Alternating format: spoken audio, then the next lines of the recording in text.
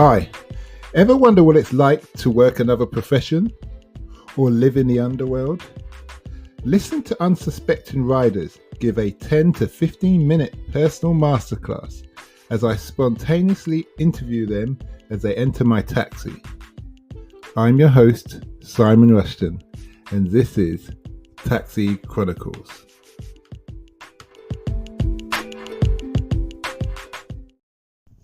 Morning. Yes, we're back with another episode, another rider. Today we are privileged to have a very bilingual interviewee. He is a specialist in sports production.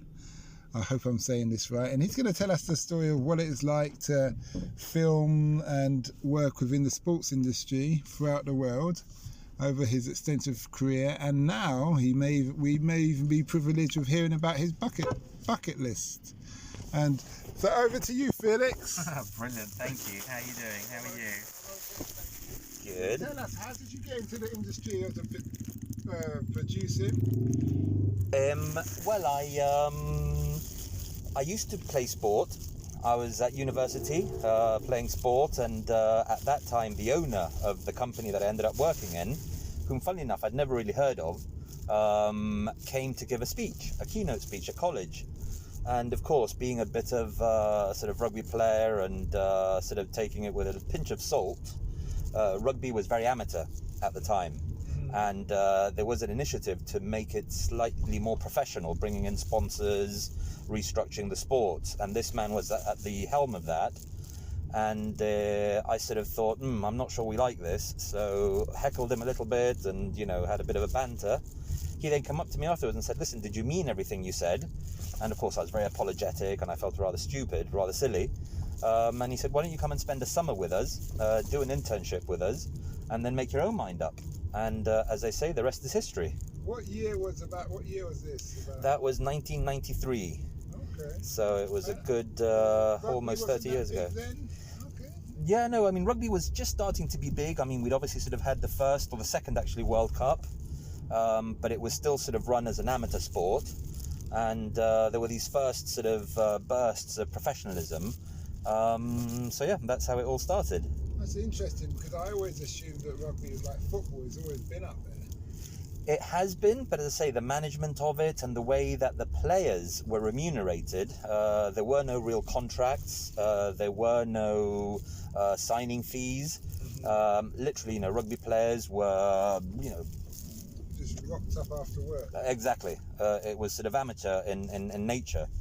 Now, of course, it's very different, and actually it's been done fairly well, I think, now. So tell me, what have you learned over your career that you wish you knew when you had started? Oh, gosh, that's a good question. Take your opportunities. I think that's probably the one of the biggest lessons. You might not always think that they're an opportunity, or you might always not on balance sort of envisage them, but just sort of take them, go for them. Let your gut instinct guide you sometimes.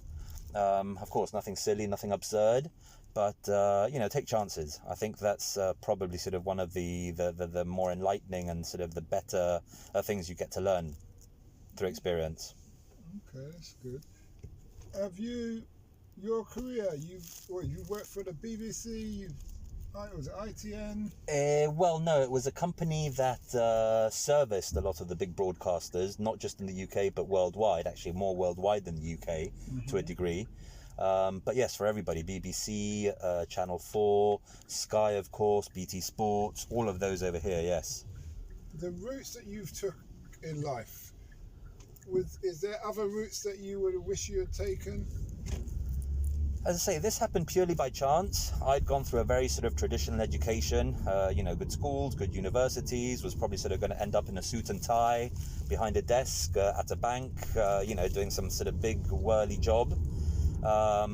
This arguably at the time would have been considered and could have been considered a few steps backwards. Started off effectively as an intern. This is after, say, graduating from a top university and doing all of that, and sort of spending quite a few years sort of learning the ropes, and understanding what the business was all about. Because of course, one thing is to be a sports person or to sort of practice sports. The other one is to get involved in the business of sports, or even, as I started, on the sort of the technical production side of sport. Yeah, you know, very different, very insightful, fascinating what goes on behind the scenes and what it actually takes for you to sort of go home, switch the television, the power button on, to sort of get those pictures. The amount of work that goes around behind the scenes is just incredible, no? And I loved it. I really enjoyed it, and I got a very sort of good insight into how all that worked. So give us an insight into what a typical day would be like for you. So imagine I'm coming up to be a graduate. I'm interested in following the routes that you have taken, and I just want to get an idea as an intern what a typical day would be like.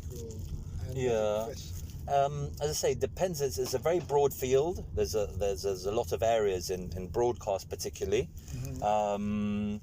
But I guess the first thing that you've got to sort of understand, or you've got to realize, and this is another sort of thing that you learn, and that can take its toll after a while, is of course being involved with sports. It means that you've got to give up almost every weekend. Most sports happens at weekend. So, you know, whilst you're you're normally sort of working on either a 9 to 5 or a Monday to Friday, literally in the sports industry, it's 7 days a week, because obviously there's sports every day now. But primarily it's over weekends. So that's one thing that you've got to do. You've got to sort of learn to give up those weekends. But what you'd sort of do on a normal day, I mean, that was also the beauty of it. No day was the same. I mean, obviously an event day was very special. Butterflies in your tummy and the excitement of the live event, and packed stadia, the buzz and the activity and the thrill of everything going on. Other days would have been a little more mundane, you know, when you're sort of planning, when you're doing the equipment checks, or if you're sort of hands-on in production, you're doing the rigging or the de-rigging. That's, the setting up the cameras, the cables, or the microwaves, of course, as they can be now, of course. So say, it's very varied and very mixed, and that's partly the excitement and the beauty of it. You speak 7 languages. Did you learn those languages throughout your time working? No, I learnt those, I mean, from when I was a child. Obviously I was sort of born, or I'm Spanish by nationality. Okay. And sort of spoke French, English, German at home. And then I did pick up a few other languages sort of on the go through work, Portuguese particularly. Lived in Brazil for a while. Was very involved with the Rio Olympics and with the World Cup over there and what have you. But again, that's something that's also sort of particularly helpful, because obviously sort of sports is so global today now. Okay. So you've got to be willing to travel. That's the other thing. I mean, I mentioned the weekends earlier.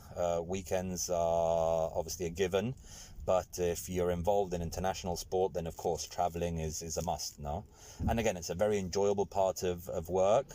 But if you've got a young family or a family, you've got to sort of address it and sort of keep the right balance. You can't always do that, because some events actually sort of take weeks. You go to a Rugby World Cup and you could literally be away for 9, 10, 12 weeks.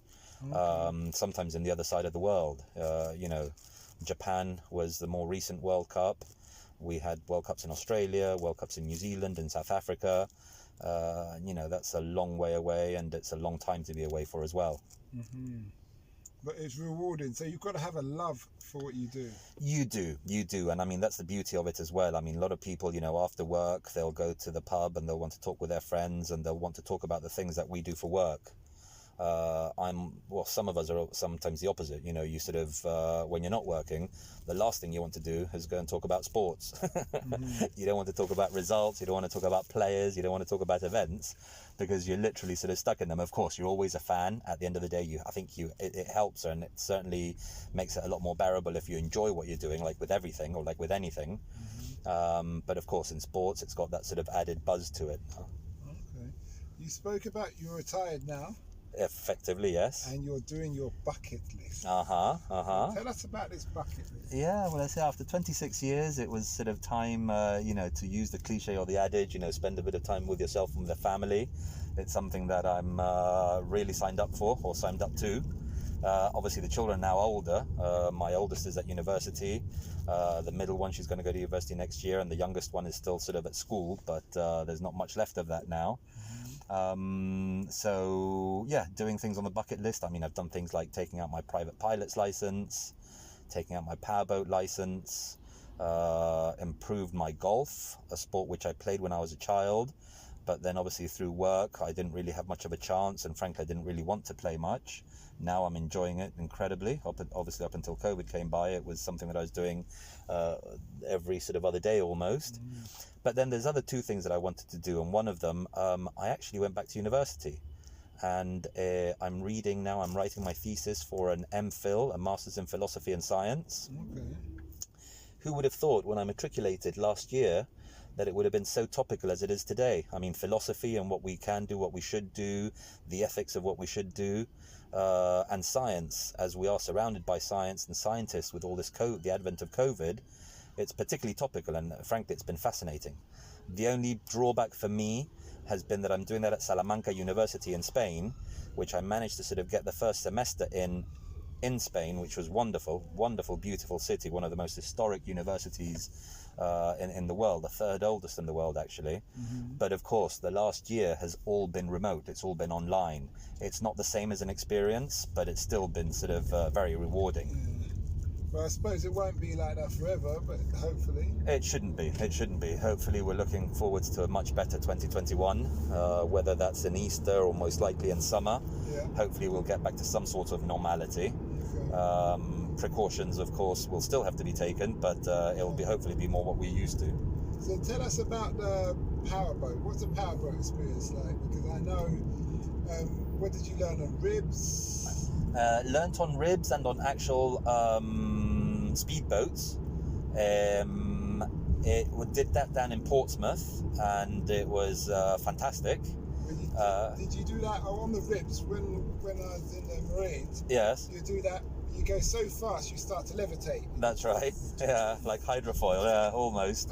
Almost. Yeah, no, it's brilliant. And I mean, interesting. I did the day over a 3-day course, or rather, did the license over a 3-day course, and it couldn't have been more Britain. We had one spectacular weather day, one absolutely abysmal, appalling day the day after, and then a very sort of windy day on the third day. So we went through effectively all the sort of possible climates. So, you know, it was very thorough. It was very good fun. Did you have to do your STCW10, your survival at sea? Survival at sea. We had to do radio communications. We had to do map and cartography. We had to do guidance by the stars, everything. How did you find that, guided by the stars? And that was interesting. I mean, again, of course, it depends on the weather. And if you have a good visibility, then you're okay. If not, I mean, it was the same with the flying. I took out my private pilot's license, or I was in the middle of taking out my private pilot's license, and towards the end, before COVID, obviously sort of coming into winter, because we couldn't see the horizon, you're not allowed to sort of fly, because you can't, if you're not instrumental yet, you're still doing it through visibility, and if you can't see the horizon, then of course you can't fly. So I had to sort of put a stop to that, and I haven't really been able to sort of pick it up since. You sound like you're a man of many skills and many talents. Did you have any life and death situations when you was doing your pilot situation, or your? Not with the pilot. I mean, it was fairly early on. I mean, I was looking forward to having to glide, where you're sort of up in the air, maybe 1,000 to 1,500 meters up, and the engine gets switched off, and you've got to glide for a while and then try and switch the engine back on. I was looking forward to that, but I haven't really got to that stage yet. So that's something to look forward to when we can go back to it. But no, I guess, you know, back at work with flying, again, there was an awful lot of air miles over the years. And, you know, you did have the odd incident. Had to go down the ramp once on a flight. Had an engine blow up on takeoff, which wasn't fun. Really? Yeah, but it was all okay. Single or dual? No. This was a commercial flight. It was 747 leaving Buenos Aires, flying to London. Engine number 4 blew up on takeoff, And we circled round for a while. Obviously, the plane was A, full of people, B, full of kerosene, full of fuel. They usually dump the fuel, don't they? They have That's what they'd normally do, but the captain, very sort of professional, spoke to us straight away, kept everybody very calm, described exactly what happened and how it was all under control. Effectively decided to cross the Atlantic. He sort of said, look, we can still do it on 3 engines. We can't do it at the same altitude that we were at before. We'll have to go a little bit lower, which means we'll have more wind resistance. Yeah. So we'll also have to we won't make it all the way to London, so we'll stop off at Lisbon, where there'll be another plane waiting for us, and you'll change over there. And it all happened like clockwork. You comfortable with that? I was very comfortable. I mean, his voice and the way that he sort of addressed us really calmed us down. It was actually one of the calmest flights I've ever been on. The crew were fantastic, and it was at the end of the day, like they say, any flight is a good flight if you can talk about it afterwards. Yeah, I never heard that before, but it's very true. So no customers were saying, no, you got to turn back. No, there were a few people asking questions, of course, and there were a lot of frightened people. But as I say, the crew did a fantastic job in calming them down, and it all turned out well, really. It sounds like one of those situations where they say, you know what God you serve. Yeah, I guess, yes. Yeah. I guess. So you've done a lot, and it sounds very impressive, especially the language, the bilingual element. Yes. Would you encourage somebody to follow the route of what you've done in the sports? Oh, absolutely. I mean, it is one of the most thrilling, rewarding, fun. I can't even. Well, it's a job. Of course, it's a job, but sometimes it's difficult to call it that because, as I say, it is so. If you like sport and if you enjoy the sport, then it's a way of sort of still being involved in sport. I used to play sport not at a professional level, although I was sort of close, both tennis and rugby. It's the closest thing you can get to still being involved without actually being active. Yes. You've got an excuse to be up close with all the professionals. Well, of course, there's great camaraderie. There's a very good atmosphere. Some people describe it as very collegiate. I think the sportsmanship projects itself positively in that environment. No, of course, particularly when you're working on live, it's quite tense, and it's a huge responsibility, particularly at some of the bigger events. To pull off a Rugby World Cup or you ever meet Maradona? I did. I met him on a few occasions. Yes. Okay.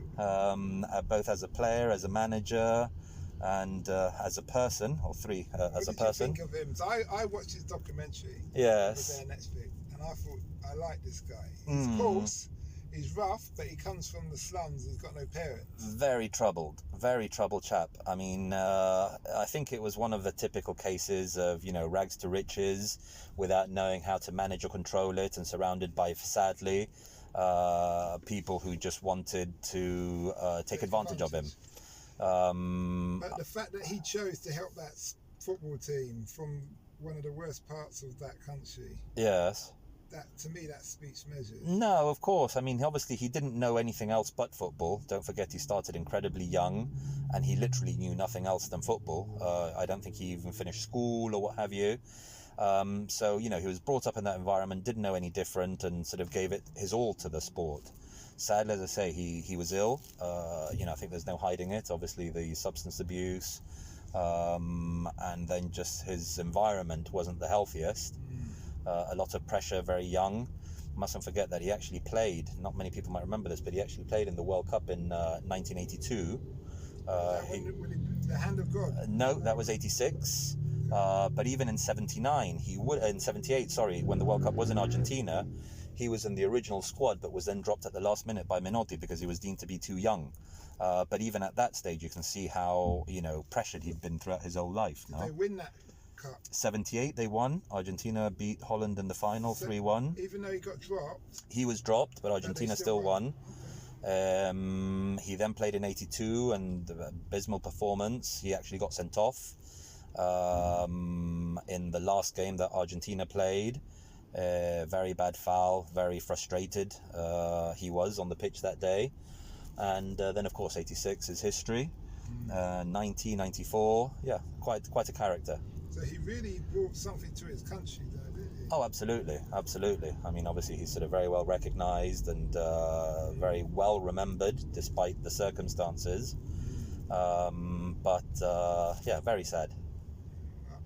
I just look at him, so I come from children's home myself. Oh, yes. So I look at him as done something very, very great. Yes. Regardless of the hand of God and the cocaine, to me I say every man has his demons. Of course. Especially if you haven't had that white picket support or the luck, of course. Yeah. In that respect. No, that's very true. That's very, very true.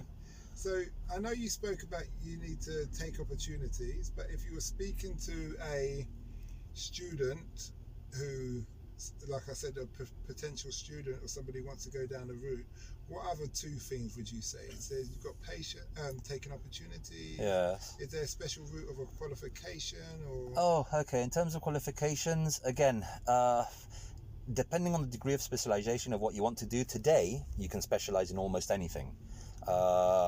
In my days it was slightly different. I mean, I didn't even know what the industry was. I didn't even know the industry existed. So it was purely by chance, which is I'm such a big believer in chance. Today, of course, you can specialize. There are special media studies. There are sports marketing, sports management studies. If you want to go on the technical side, you can be a cameraman, you can be a producer, a sound recordist, editor. There's a whole host of things that you can actually study for. But again, just sort of follow your passion. Today, particularly on the technical side, there are lots of opportunities because with these iPhones and these, you can do wonders with them. You can edit your own video like we're doing over here with the podcast, with sound.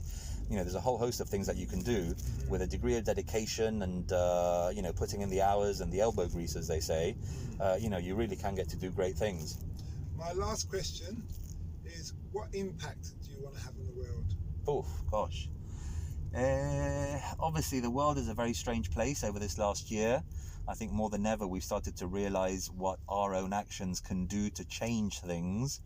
COVID aside, I think the next big thing, or the thing that's already sort of with us and has been with us for many years, but not everybody's recognizing, is, the environment, the climate change, and what we're actually doing to the planet. Whatever we can do to fix that and to help fix that, I think will probably be the best way that we can be remembered, either individually or collectively.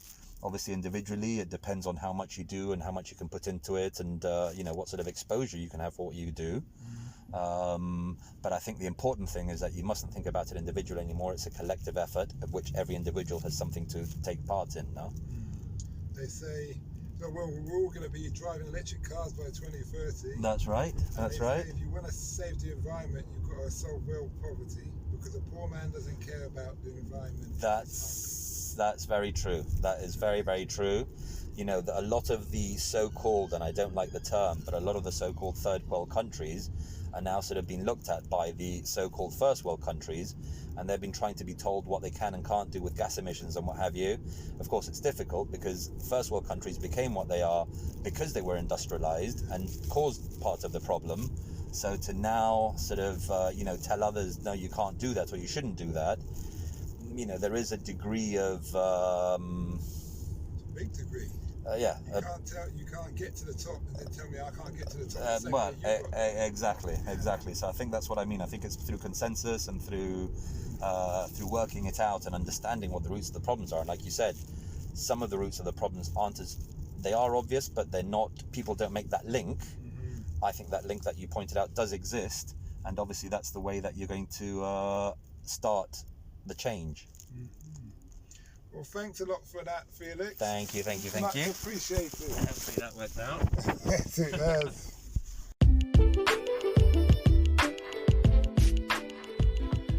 We hope you liked that interview. Don't forget to like, share and subscribe to get the latest daily episode. Ever considered investing in the continent with the fastest growing economy and population on Earth? The same continent that holds 30% of the world's known natural resources? Then listen to our sister podcast, Africa Investor Stories, where you will hear real investors with real stories from around the world share their experience of investing in Africa. We post Monday and Thursday at 10 a.m.